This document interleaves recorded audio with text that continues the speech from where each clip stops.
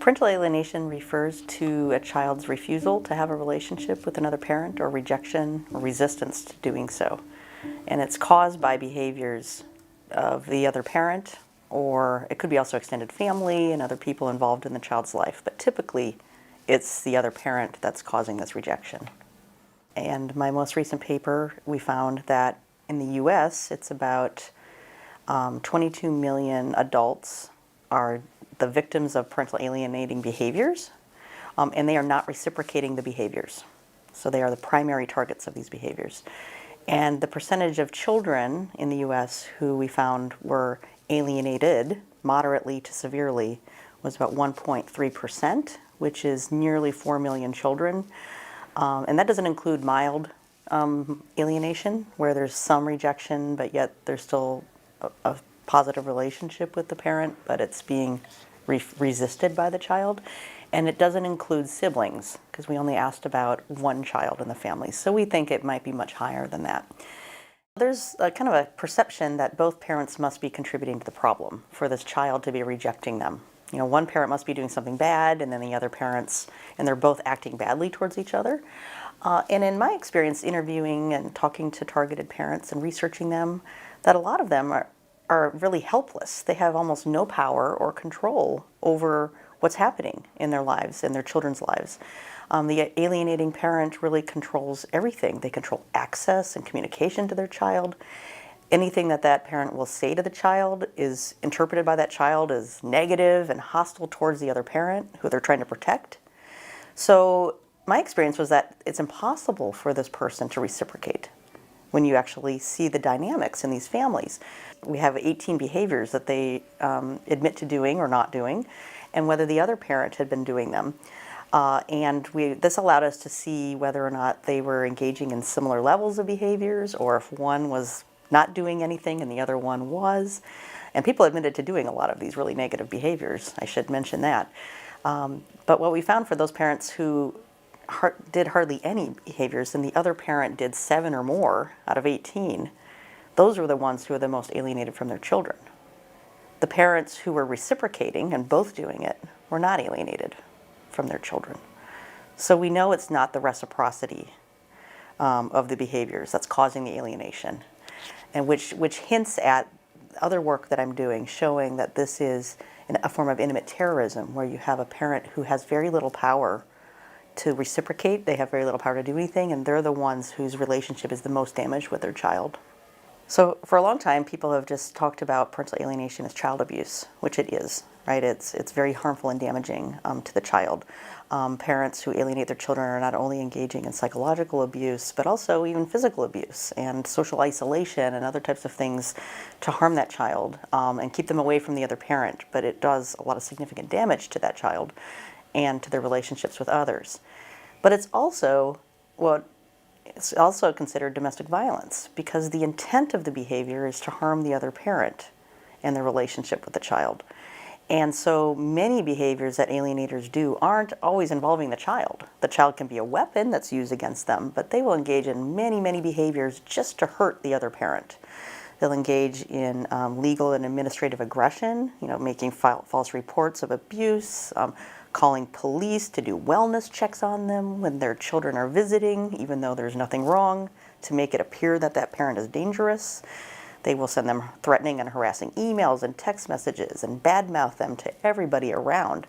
So all of these behaviors actually directly map on to the behaviors that intimate terrorists use in battery kind of cases, where you have a parent, male or female, who has a lot of control and power and engages in coercive tactics and very hostile and aggressive tactics towards the other person to control them and exert their power over them. This is when I was in Iceland a few years ago speaking about this at a conference. That was sort of the basis of my whole talk, is outlining all of these behaviors that these parents are doing, and they map right on to what intimate terrorists use. We evaluated trauma symptoms of parents who've been alienated from a child, as well as depression and suicide ideation.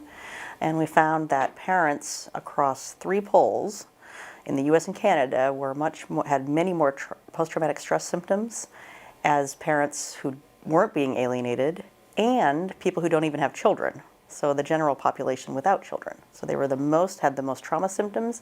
They also were more depressed than all of those other groups.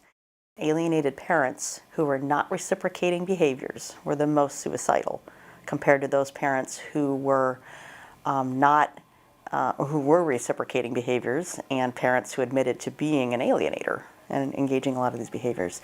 And of the parents who were moderately to severely alienated, nearly half, or 47%, said they thought about killing themselves in the last year due to a child custody dispute or conflict with their ex. So it's very severe just for targeted parents and how they're coping with this. And very few have resources, because one of the strategies of an intimate terrorist and an alienator is to socially isolate the child and the target of the behavior. They will take away friendships that they had, and they'll have extended family question whether or not that targeted parent is actually a good parent. Often it's tied to just parents and extended family and the support network around that parent not understanding the problem and understanding that this person is a victim of domestic violence. Cult leaders use a lot of coercive strategies, and they undermine and kind of socially isolate that person over time, and then they join the cult and they become estranged or separated, alienated from their whole families, and they're completely at the mercy of this person, and it's really hard to leave a cult. And so to do an intervention and to reunify that cult member is really challenging, and it's the same thing for children who've been alienated. Alienating parents use a lot of the same strategies of loyalty-inducing things that people who are trying to groom children to be sexually abused use. These parents are very abusive, and they're using strategies that other very abusive people also use. So in my research we find, and this is across 4 representative polls of the US and Canada, that we do not find gender differences in who's likely to be the target of alienating behaviors. And this seems counterintuitive to a lot of people, because a lot of people think that more mothers do it, or some people think only abusive dads do it, right, who are using alienating strategies to get out of abuse charges or other things. And so what my research shows is it's just like other kinds of violence. It doesn't discriminate. Where we do find gender differences is in how we as a society respond to it. We can have clinical evaluators who have their own biases and blinders and perceptions about what men and women are like. I find in my research that men and women tend to use different types of alienating behaviors that are consistent with how they use other kinds of violence. So, for example, women will tend to use more indirect forms of aggression. They will spread rumors. They will try to undermine the reputation of people that they don't like. We see this with bullying. That's how girls bully, is they do these kinds of tactics, whereas boys bully more directly. And as adults, men will tend to use both indirect and direct strategies. But in my research, we find that moms use twice as many indirect as direct aggression. And this has a lot of implications for assessment, because if a clinician doesn't understand that men and women use violence differently, they don't know where to look for evidence. Because if it's indirect, it's harder to see. You have to go and look at lots of, years of emails to see the hostility and anger and the blocking of access. And you have to look at text messages and police reports. And a lot of evaluators, sadly, I saw a report recently that almost 80% said that they did look at that, so that's about 75%. So about 25% said they didn't even look at anything other than interview people, which isn't going to give you any information about what these parents are doing, because they won't admit it, that they're doing a lot of these things. And if you're looking for alienation and even other kinds of domestic violence, you have to look at patterns over time.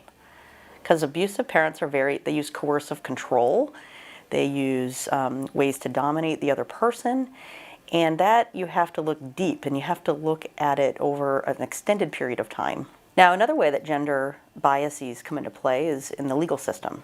And this reflects, I think, the greater societal stereotypes we have about men and women. Of course, divorce makes everybody crazy. It makes everybody feel like they're losing their minds because it's so stressful. And when in the courtroom, that's seen by the judge or it's seen by evaluators, they will interpret that. So alienating parents will manipulate stereotypes like that. For women also, if they work full-time or they're the primary breadwinner for the family, that's used against them, saying she only cares about her career. She's not a good mother. Because that goes against the stereotypes that we have about what a good mom should be. And so these things are exploited. And we could also look at other things that people exploit. These alienators will exploit anything like nationality, immigration status, race, income. They'll use anything they can to get leverage. Because again, it's a pattern of coercive control. And stereotypes are a really effective way to get people to buy into what they're doing. But with children, it's a very vulnerable time, right? So toxic stress exposure, whether it's physical abuse, sexual abuse, or psychological abuse, it's very damaging to the developing brain. And we know from other research in other areas of child abuse that impact on that affects executive functioning. So the children grow up with their brains not even developing fully to be able to process and think about the world in as rational ways as other people, because their brain is essentially being damaged by this abuse. And it's through that toxic stress exposure that children are living with an alienated parent who's very abusive.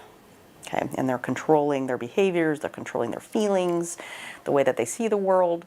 And so the child is essentially very dependent on this person for everything.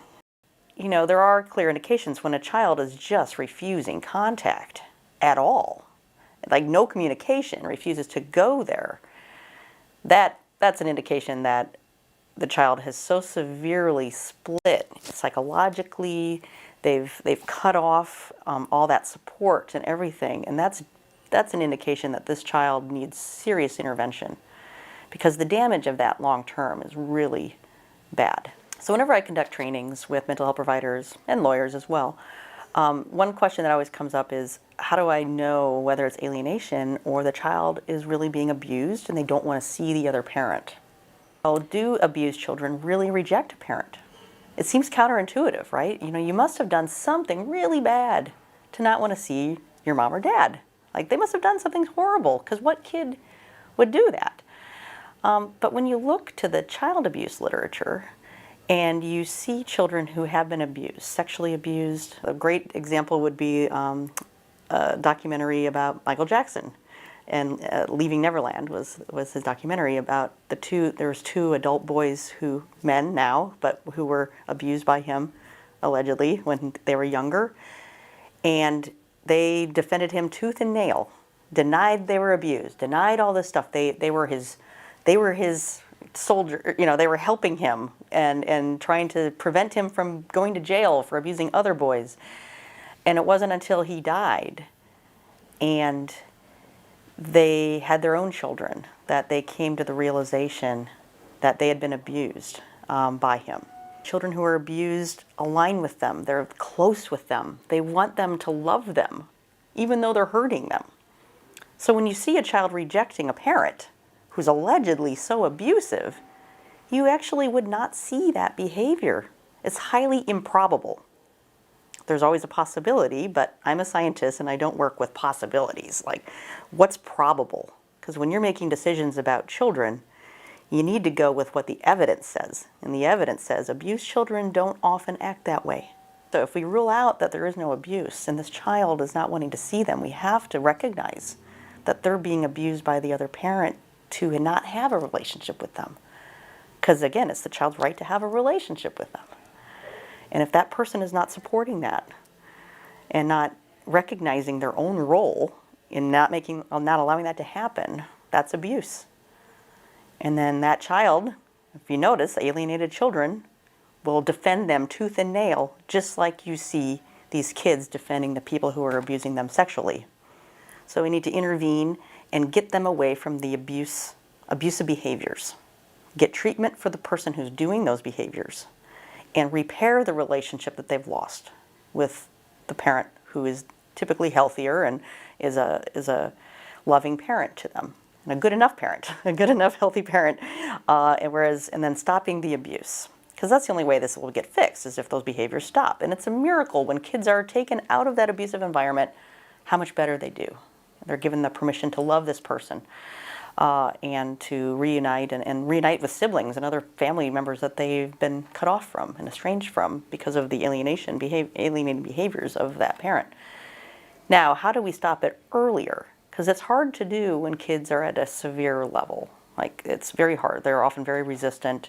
It's just like when you take a person out of a cult. It takes them many years to kind of finally separate from that and recognize the abuse that had happened. Because, that cult leader is still in their head. They're still thinking. They're still part of them. And so just like the alienating parent is still influencing how they see the world. And it takes a long time to separate from that.